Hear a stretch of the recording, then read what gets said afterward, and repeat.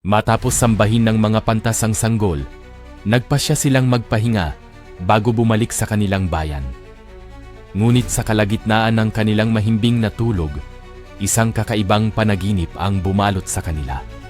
Isang anghel ang nagpakita at nagbabala. Huwag kayong babalik kay Haring Herodes.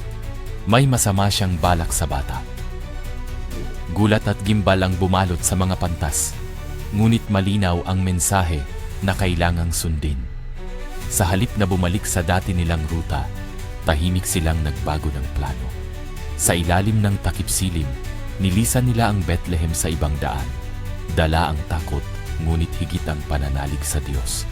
Hindi nila lubos maisip na ang kanilang pagpapakumbaba at pakikinig sa Diyos ay magliligtas hindi lang sa kanila, kundi maging sa kinabukasan ng sanggol na tagapagligtas. Ang panaginip na iyon ay naging gabay sa kanilang ligtas na pagtakas sa kapahamakan. Sa bawat hakbang na kanilang tinahak, dala nila ang lihim ng Pasko. Ang Diyos ay gumagabay, nagbabantay, at laging may plano para sa kaligtasan ng kanyang mga pinili sa gitna ng panganib at dilim.